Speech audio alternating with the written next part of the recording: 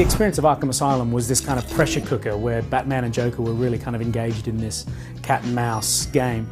Moving the action out onto the streets of Gotham City has meant we're giving the player a load more navigational freedom. And I think that's something that I think a lot of Batman fans, a lot of gamers really look for in an experience like this, where you feel powerful, you feel in control of your destiny. Everything that you do is genuinely up to you. So there's been a load of implications, not only from a technical perspective, but a creative perspective, in taking the game out into this much more sort of sprawling open area within Gotham. At the beginning of Arkham City, you've got all of the gadgets that you walked out of the asylum with. All of the core gadgets are there, still in Batman's utility belt. But between the two games, there's a kind of 18-month fictional gap between the end of Asylum and the start of City. So in that time, Batman has been observing the development of Arkham City and preparing himself for what he knows is a showdown that's coming. So all of his gadgetry has evolved differently because the challenges that he's going to face within Arkham City will be different to those that he faced within Arkham Asylum.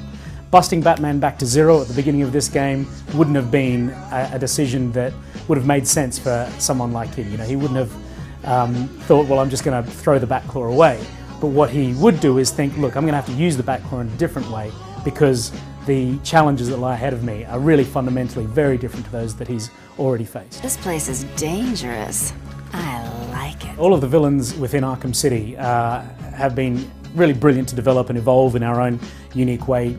Two-Face is kind of, obsessed with power, obsessed with bringing power to him. As a relatively recent inmate within Arkham City, he knows that he has to establish a power base in order to survive. So the relationship between Batman and all of the villains that he encounters is very much designed in a way that really brings out the best of the characteristics of those villains. Then someone like Catwoman, that he's always had such an interesting relationship with. You can see that the way that he treats her is very different to the way that he treats, a Joker or Two-Face. Well, the Joker's pretty sick, and all of the other villains that are in Arkham City are aware of this. So, part of Two-Face's plan is to really take advantage of the fact that Joker, who was always the top dog, is kind of on his back foot. So the effect that has had on Harley has sort of come through as well. Harley Quinn, Joker's longtime girlfriend, sort of feeling the pressure of no longer being able to take care of Joker in the way that she always has. And for us, that kind of introduces a really interesting destabilizing component in this turf war that's sort of simmering throughout Arkham City. Previously, Joker would have just stamped his authority in a situation like this and taken complete control, but the other villains know that he's not as strong as he used to be, and they're taking advantage of that. So Batman Arkham City is coming out fall this year on PC, PS3 and Xbox 360.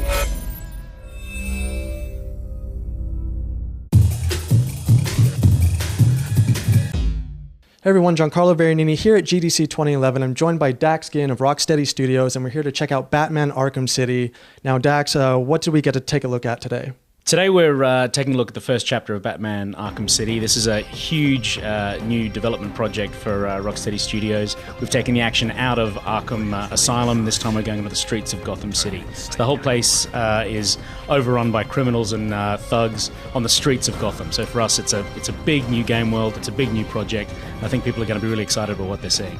In terms of bringing Batman into this new kind of bigger open world, what sort of changes did Rocksteady have to do to his abilities? What sorts of changes to his gadgets and things like that the team have to make?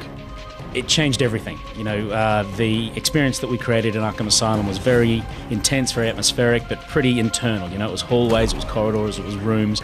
Going out on the streets of Gotham really fundamentally shifts everything for Batman. So his navigation, you can obviously see moving around an interior versus gliding between buildings within Gotham. We have to overhaul every aspect of his movement. That affects his gadgetry, his combat, storytelling.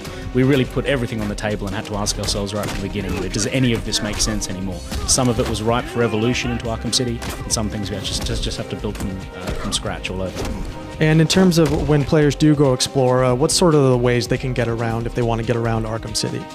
The focus for us was making Batman, the Caped Crusader, the navigation system that he has built into him, just with his cape and with his pace, that gave us a load of potential for just awesome navigational gameplay. So the game world is big and open and sprawling, and the priority for us is to make sure we give players that kind of experience of running off a rooftop, powering down to the street, using a power dive, gaining momentum, picking that up into a glide, and then carving between buildings within Gotham. That feeling is just totally awesome, and we think people are really just going to get off on just moving around the game world. We've put a load of work into it, and I think it's really, really sweet. And obviously, combat in Arkham Asylum was very, very fluid. You guys are looking to do the same thing with this, but are you adding any sort of new kind of features, anything that Batman can do this time around that he couldn't do in Arkham Asylum? Yeah, a load. You're right. Combat in Arkham Asylum, I think, was one of the things we absolutely nailed. And as a system for brawling, taking that out onto the streets of Gotham, it just fits perfectly. We're really ramping up the number of thugs that you can take on at any one time, but we're also ramping up the artificial intelligence that thugs have coming at you, so they can launch simultaneous double or triple attacks. They can come at you with weapons. So on the flip side of that, we've integrated Batman's gadgetry into combat, so you can use your Batclaw or explosive gel during combat. To kind of level out the playing field. So even though they're coming at you with more moves, we've given Batman twice the number of combat moves so that he can survive on the streets of Arkham City. It seems like with Arkham City too that you're bringing the bosses a little bit closer in terms of being able to interact with them. Yeah, I mean, our attitude towards all of the villains within Arkham City is to really think about what they would do in a place like this. For us, a boss fight is not about this sort of beefy combat confrontation. It's about the intellectual battleground. Gamers can expect that experience to really shift depending on the villains that Batman's facing at any particular time. So what are we looking at in terms of platforms and release dates? Batman Arkham City coming out this fall on PC, PS3, and Xbox 360. Awesome. Thank you so much for joining us. Thank you. Stay tuned at GameSpot.com for more on Batman Arkham City.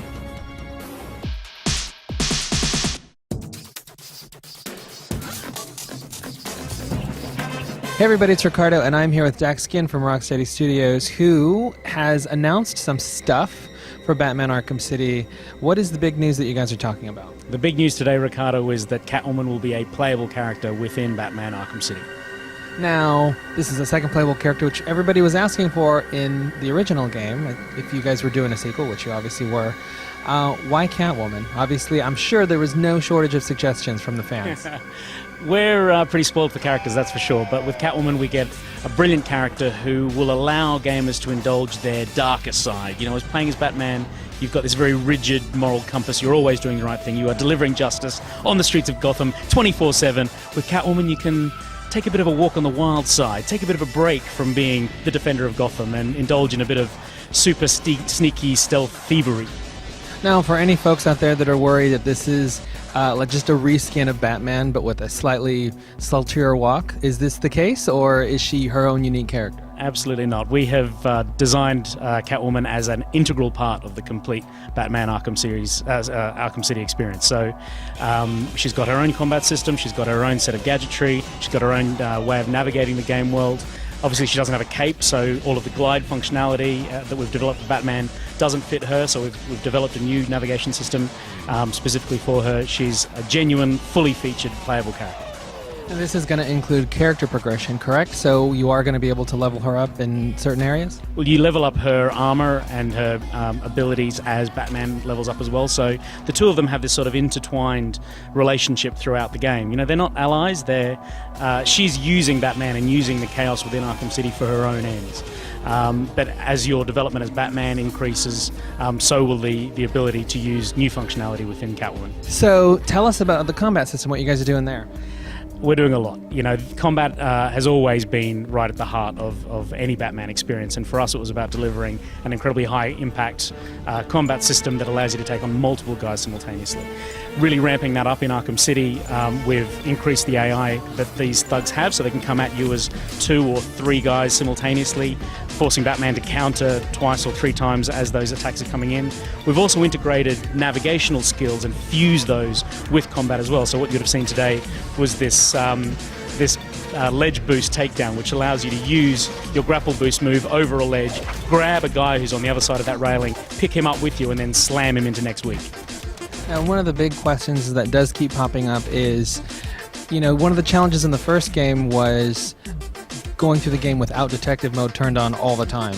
So how are you guys tweaking things to ensure that people enjoy the gorgeous art that you've created through a not green hue? Well, detective mode is a significant part of Batman's character, his personality as the world's greatest detective. This is key to him, so it's not something that we wanted to remove. We found in Arkham Asylum that it was used as a bit of an exploit because the information that you got from the game when in detective mode kind of outweighed what you got when you weren't in detective mode. So, we've heard those comments loud and clear. We've maintained detective mode because, as I said, it's a really important part of the game, but we expect gamers will use it as a tool. When you need to use it, you'll switch it on, you'll get the information that you need, and then you'll switch it off. And by rebalancing the amount of information you get in those two different modes, I think we'll resolve all of the issues that we've heard out of Arkham Asylum. All right, so you guys are going to be on our stage at E3, so we are happy for this. Tell us when the next reveals we're gonna see happen. I mean, if I had to guess, there's Comic-Con, there's Gamescom, there's even PAX, and then hopefully the game's out. So, safe bet? It's going to be a reveal-a-thon between now and then. There's a lot coming, and we want to make sure that we don't just, blow it all in one hit. We're kind of spreading it out right now between now and October. All right, well, thank you very much, sir. The game is looking great. And that is your latest update on Batman Arkham City. Be sure and check back on the site during E3 or we'll have a lot more. It'll be on our stage. And I guess it sounds like there's going to be stuff on the site a couple times for the rest of the year. So check it out.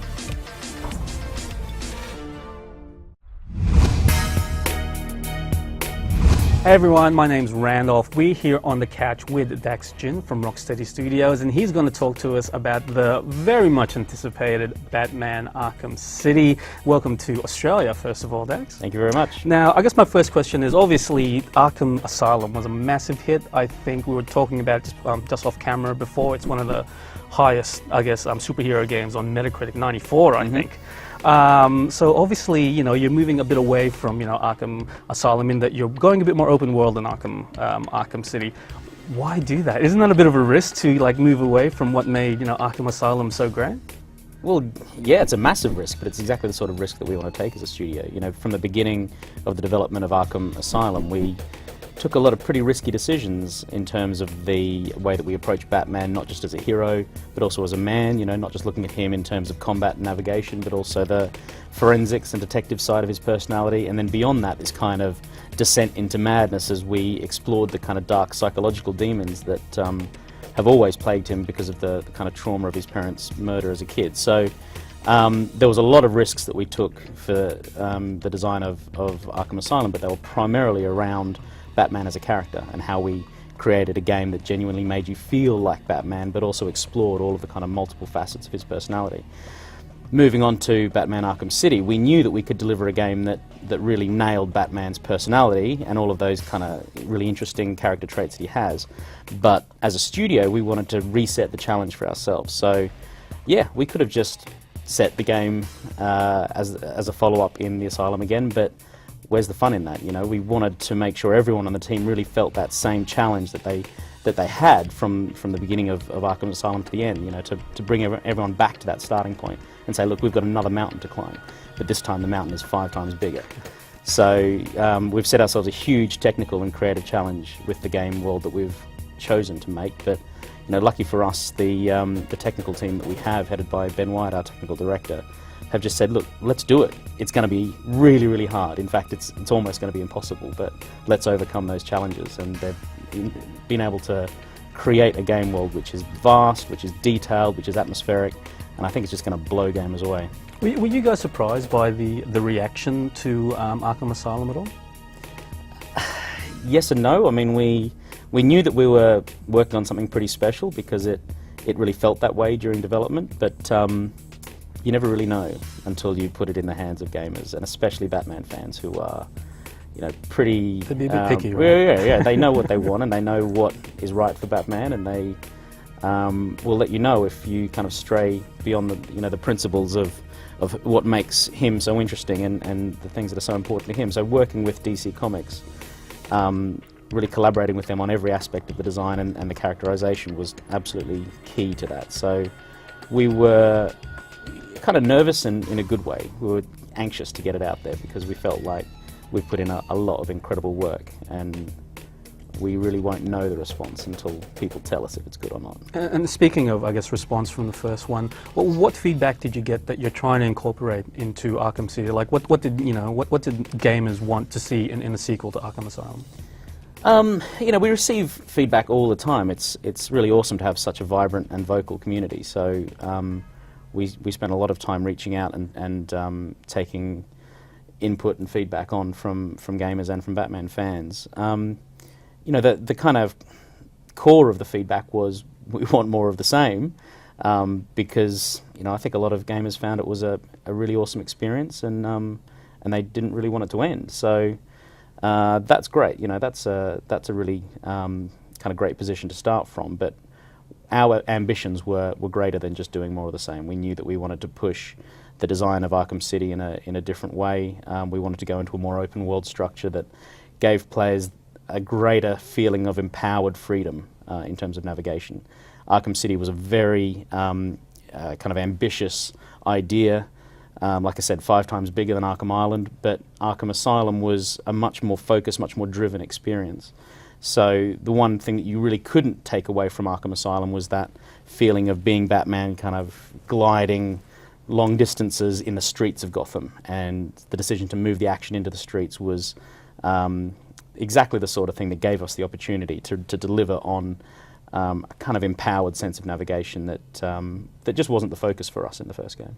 Now, we've, I guess, talked a lot about the term open world when describing Arkham City. Can you take us through a bit more of that? Is it similar to other open world games we've seen out there, like GTA, in which you're completely free to take story missions up at any time, or is it more like Dead Rising, where it is an open world, but you have a set amount of time in order to to pursue the main quest? The open world kind of interpretation as we've taken it, because you can do a number of different things once you kind of commit to that sort of structure. All external areas within Arkham City are open to Batman right from the beginning of the game. So you can go anywhere you want if it's kind of open to the sky. There's internal areas as well, and we sort of use those as core narrative kind of milestones. So certain internal locations will be critical to the main narrative path, and they will only become available at certain points during the story. So that's how we drive the player to down that story path, by opening and closing areas of the game world and the interiors specifically. In addition to that, we have this kind of factionalized system where Joker and his gang, Two-Face and his thugs, Hugo Strange and his Tiger Guards, are all battling over the turf within Arkham City. So there's a sort of ebb and flow as territory is taken and regained, and that's a great kind of system that we've introduced to allow us to switch up the game world and change what players' expectations of a particular area might be. So if you spend a lot of time in Two-Face's territory and then you leave and then come back a few hours later, you'll find that maybe there's been an incursion by the Tiger Guards or by Joker's thugs or perhaps another faction. So in the same way that Poison Ivy's vines kind of mashed up some of the levels of Arkham Asylum, and so the players' expectations were kind of thrown or turned on their head. We're using this turf war system to allow us to do a similar thing within Arkham City. Now, I guess one of the things that have been covered in previous previews of the game is that you guys are revamping detective mode. I guess because in the first game, gamers tended to just use it all the time. Like, in what way have you changed detective mode for Arkham City? Well, we listened a lot to how gamers did use it, and it surprised us how overused it was. Our perception of the use of detective mode, or the role of it, was more like a tool. In the way that Batman has a utility belt full of tools, we expected gamers would come across a challenge for which they needed detective mode, switch it on, overcome that obstacle, and then switch it off. But like you say, it became more of an exploitation because you got more information from the game by staying in detective mode. And so the feedback that we received after Arkham Asylum was people played the game in this sort of bluey haze and never really saw the way that the game was genuinely intended to be played. And that's cool, and I'm kind of glad that at least they still continued to play the game. It's not like it was a deal breaker, but to kind of leave it on really took us by surprise a little bit. It's kind of like saying, man, this music's too loud. Like, well, you can always just turn the music down if you want. So it was more of a surprise that it was an exploitation that that gamers were willing to kind of tolerate, even though it wasn't the most beautiful way to play the game. It was kind of the most efficient way to play the game. So for us, it's just a question of balancing. The information that you get in detective mode in Arkham City has been recalibrated so that there's an incentive to use it as and when appropriate, but you're similarly incentivized to switch it off when there's no specific need for detective mode there and then. Okay, what about combat? How have you amped that up from the last game? We've amped that up from the last game.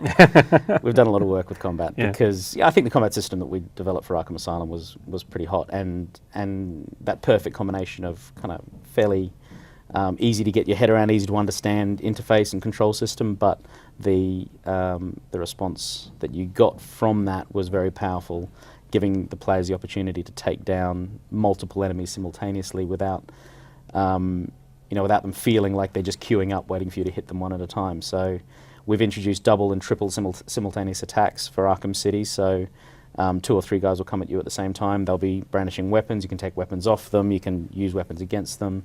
We've got projectile attacks as well, so guys will kind of stand back and throw a chair or a fire extinguisher or something into the fight, and you can catch that and redirect it. We've also integrated combat with Batman's gadgetries.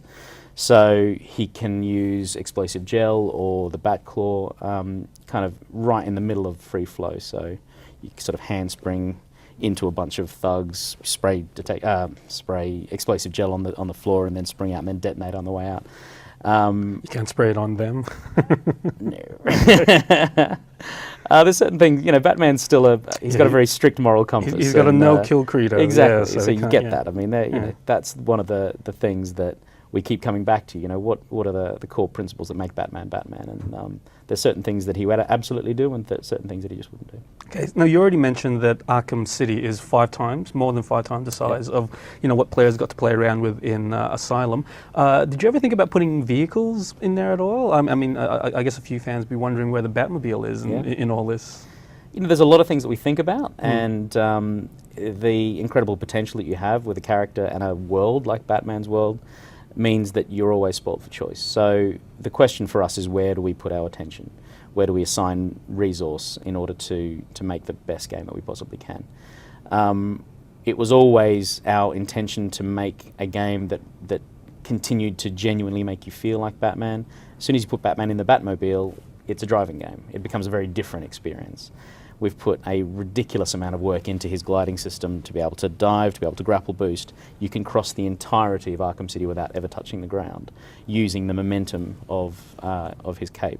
So rather than turning Batman Arkham City into a driving game, we stuck with the principle that he is the caped crusader. His cape is a personification of his mood, of his attitude. It's the way that he expresses himself, and more than anything, the player's going to be able to really kind of grapple with that feeling of complete navigational freedom within the streets of Gotham City. That itself, I think, is a super hot gameplay promise, and I don't think that any degree of driving experience could come close to that. So in terms of talent, you got nearly everyone back from the first game. So you've got Paul Dini back writing the game. You've got Mark Hamill back as the Joker. Mm-hmm. Did you guys, state that you needed all these guys back for this game? Like, how much do they add, I guess, to the experience of the game? We absolutely, couldn't make the same game without them. Mark Hamill and Kevin Conroy, the Joker and Batman, they're such pros.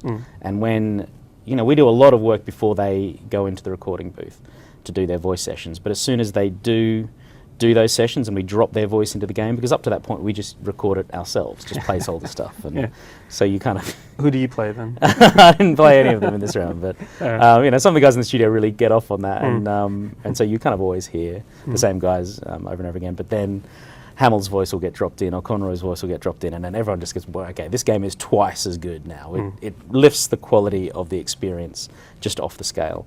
Paul Dini's knowledge of the Batman world is unrivaled, so developing the narrative with him, and we've got a ridiculous amount of dialogue within the game world, because this open structure has meant we've got a much tougher time telling story. We don't know where the player's going to be at any particular time in the way that we did with Arkham Asylum. So we've developed systems that kind of bombard Batman with surveillance information wherever he goes. So he can overhear conversations happening between thugs about what they think is going on within Arkham City. There's this kind of political tension and trauma that's happening throughout this super prison throughout the entire game. So having Paul Dini at the helm of the script writing team has meant that we can generate a load of incredibly high quality dialogue that's snappy, that's funny, that's intuitive, that's smart. And just by sitting and listening, which is what you do as Batman while you're kind of preparing to strike from the shadows, you spend a lot of time just kind of planning your strategy. And it's not spent in silence, you know, you're constantly getting narrative feed. So we don't just rely on cinematic cutscenes to tell the story. We're telling the story 24/7. Batman is the world's greatest detective as well. Mm-hmm. So I guess in terms of canon, like where do these games sit anywhere in the official canon of Batman, or is this like is this something that just has its own universe right now? We don't feel bound by any of the events that take place within the movies or the comic books, but we certainly love all of that content, and we kind of draw inspiration, but in an indirect way. It sort of just seeps into the studio. But we're very much setting out to make an Arkham experience that is unique to the gaming experience. There's been a lot of Batman content over the years, but in terms of an interactive Batman experience, we've got an incredible opportunity to take a lot of that content in new directions. So whether or not it becomes canon because people love it and gamers really think that this is a sort of official interpretation, then great. But our objective is to make brilliant games, and we do that every step of the way. We're in concert and collaboration with DC Comics. So I know we're not breaking any rules, but we're definitely pushing the envelope where we can.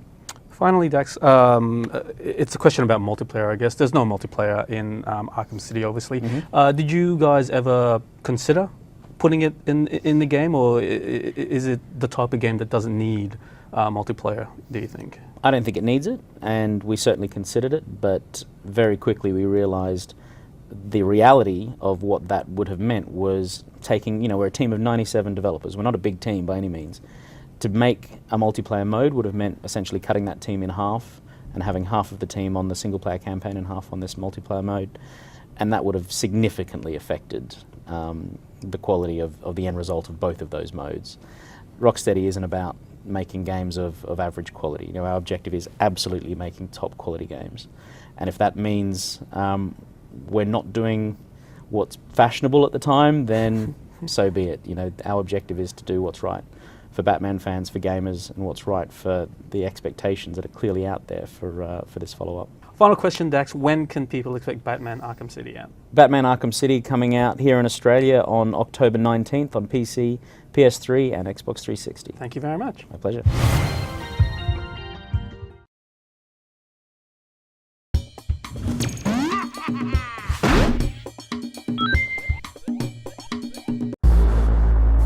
Have you ever seen a flower die? Watched something that was once so beautiful, so full of life, collapse and rot from within?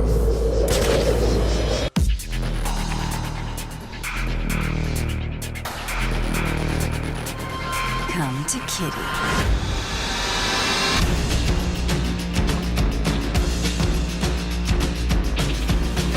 We are at Playground with Sarah Wallach, the community manager of Rocksteady, who made the awesome Batman Arkham Asylum and are now doing the hopefully awesome Batman Arkham City. What's up in the life of Batman? There's a lot up in the life of Batman. I don't know where to begin for you. So Arkham City is set 18 months after the events of Arkham Asylum. All the inmates from Arkham Asylum have been shipped over to Hugo Strange's Arkham City. There we're going to have characters like we've got Joker, Two-Face, Penguin, we've got Mr. Freeze, and all of them are jostling for position. They're jostling for power within Arkham City. This is where we find Batman. He obviously doesn't want this stuff to go down, so the game is going to pick up you in Arkham City, gliding and trying to bring justice to the streets of this terrible prison. The Riddler's back. And actually the Riddler's in the game this time, just instead of just some floating voice in the background, I guess. What's he up to? So in the first game, the Riddler was sort of like this verbal tormentor. In Arkham City, we wanted to bring him in so he was much more of a menacing physical presence. So you're going to find that he's taken hostages all across Arkham City, and he's going to force Batman to play his game and his rules. He knows that's the only way he's going to get Batman into his world. So you're definitely going to enjoy your encounter with Riddler. We've promised everyone that you will get to put your hands around the throat of Riddler in this game. Do you still have all those hidden secrets and trophies and all that? Yeah, we've got over 400 Riddler trophies in this game. The first game was sort of renowned for the combat system. I loved it personally. Are you expanding on that in any way or doing anything new there? Yeah, so obviously we're going to keep the core free flow combat because it works well, it makes players feel very cool and ultimately feel like Batman, which is our goal. But we've doubled the amount of animations Batman has, we've doubled the amount of counters, you can now do double takedowns, triple takedowns. You can seamlessly integrate your gadgets into combat as well without ever losing your combo. So what we've done is kind of up the ante with the combat so that you've got a much more difficult, tough situation for Batman, but you're much more well prepared. Now you mentioned gadgets. I've heard someone say that all the gadgets from the first game are going to be there from the start. What's new in what's the latest in Batman gear? So in Batman Arkham City, you're going to start the game with all the gadgets from Arkham Asylum for continuity, but you're also going to find a whole host of new gadgets. So we've announced that smoke pellets are in the game. We've announced that we have something called a rec gun, which is a remote electrical charge gun. And that allows you to fire a charge at any enemy who's holding a shield or a gun, and they're going to drop that, they're going to shoot up in the sky, and it allows you to be very tactical in your combat. Size-wise, how much bigger is Arkham City than Asylum? We're looking at about 5 times the size of Arkham City is bigger than Arkham Asylum. So that goes for length as well, playtime?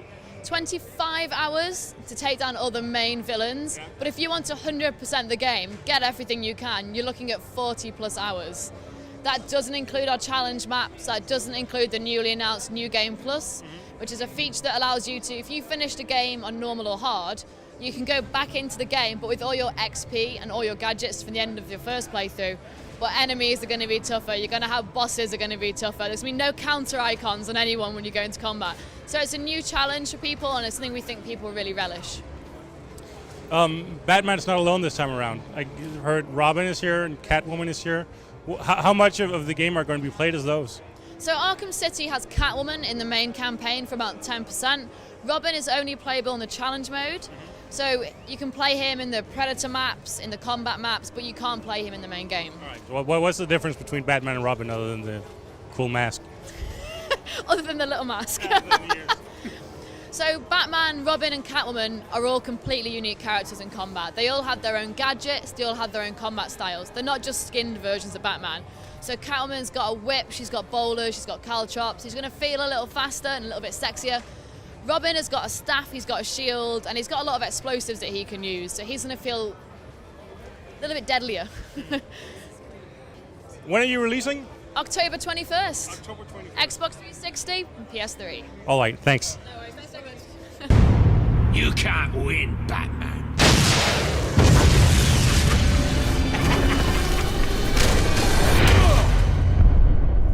I've got a little surprise for you down there. Solomon Grundy,